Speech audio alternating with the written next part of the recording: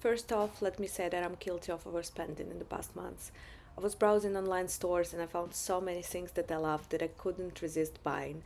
I also bought a bunch of things for holiday and went out to eat and splurged on some expensive items that I didn't really need.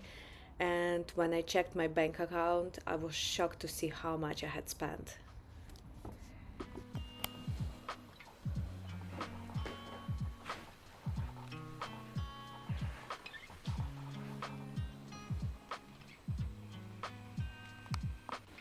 Today we are going to talk about something that many of us can relate to is spending too much money. We all have those months where we spend a little more than we should and that can be stressful. So after counting all my expenses for the months, I knew I needed to take control of my spending before it got out of hand. So let's deep dive in my past month spending and see which areas we need to work on. It's probably all of them, honestly. But to be honest, we are going on holiday next week, so part of that is also the holiday money, which is not your usual spending. And I did spend on clothes for the holiday because I didn't really have summer clothes. So yeah, it's not your usual spending, but it's still, I really need to be more mindful of what I spend and not buy things that I will not wear outside of holiday. So yeah, let's see what we spent. First things first is 2,123 for two people. I spent on tickets to Bali, which is, yeah, it's quite far, but it's crazy how expensive tickets are nowadays. So yeah, that was a big purchase, but it is what it is. Another thing, continuing with the holiday theme, is what I still need to pay probably this week is 1,339 for all the hotels. We are going for 3 weeks and we are gonna move around a bit, but that doesn't include still the prices for like the trips there and food there, so that's already quite expensive. So another thing I spent this month is 1,321 on clothes. Okay, it was for me and my boyfriend, and like 150 of those will be returned, but 1,000 is still way too freaking much. I don't buy clothes too often, and I do have my new job that I will start in May, so yeah, but still, it's way too much, and I do want to do a low spend month on clothes and beauty stuff. I also spent 378 on luggage, and yeah, again, it's necessary purchase because I didn't have like carry-on luggage, and we gonna use it for the trip, and we do want to travel more, but so much, so much in 1 month.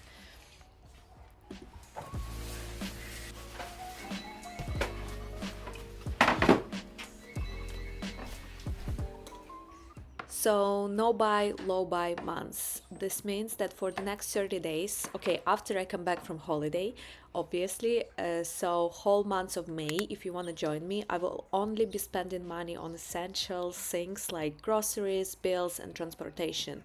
I won't be buying any new clothes, gadgets, or anything that isn't absolutely necessary. It's a great way to reset your spending habits and to save some money.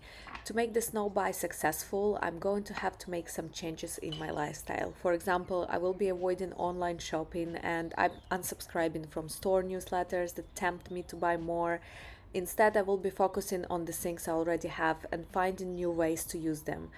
I never eat out anyway, but I definitely will need to be more mindful of what I buy grocery wise because right now I'm not really calculating and not really sticking to a budget when going to the store. And I have a lot of food waste, which is not great. I'm also going to be setting more financial goals for myself during the snow buy months. For example, I will be setting aside some money each week towards my saving account. This will help me build up my emergency fund and give me a sense of accomplishment as I watch my savings grow. And finally, I want to encourage anyone who is struggling with overspending to try a no buy month as well. It can be tough at first, but it's a great way to take control of your finances and reset your spending habits. Remember, you don't have to give up everything you enjoy, just make sure you're spending money on the things that really matter to you. And you probably already have enough things in your home. You have enough clothes, you have enough makeup, you have more than enough of everything. So you don't need more things. During this time, I also want to reorganize my vanity. As you can see, I have quite a few unopened products, so I do want to go through them. I want to choose what I want to give to my friends and family, and just refresh my makeup inventory and see what's expired and what's not, and do a good deep clean, declutter, and organization of like areas in my home to see what I actually have. I recently did a reorganization of my closet, so that video is coming soon. But yeah, it was really great to see what things I have and what basic staples I do still need for my capsule wardrobes. So yeah, as I will be back in the office for at least 3 days a week, I do want to see what I have in my closet and what staple pieces I still need, so I can mix and match everything and actually wear everything that I have, and they are just not laying around. But that's gonna be after no buy months if I do need something. So I will go to the office for a few months before I actually see what I'm missing in my closet.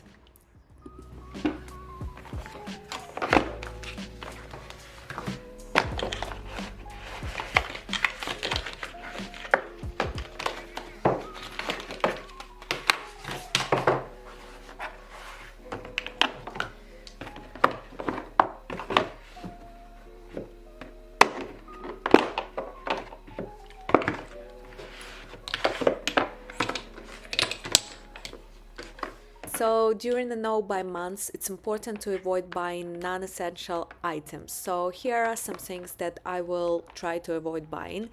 Clothing and accessories, unless you absolutely need something for work or special occasion, but I don't see that coming, so I will avoid buying clothes altogether. Second is beauty and grooming products. Try to use up what you already have before buying new beauty or grooming products. I have more than enough things. I still need to go through quite a few things, so I will avoid buying that. Number three is electronics and gadgets. Unless it's necessary for work or school, avoid buying new electronics or gadgets. Again, I don't see anything coming, so I will avoid buying it altogether. Number four, which will be a hard one, home decor and furnishing. Avoid buying new home decor or furnishing unless it's necessary to replace something that is broken or worn out. And number five, entertainment subscription. Consider canceling or pausing some subscriptions during this month. Instead, find free entertainment options. I do have few subscriptions which I'm not planning to stop, but this is just an option. So remember, the goal of no buy months is to break the habit of impulse buying and to save money, and by avoiding these non-essential items you will be able to achieve both of these goals.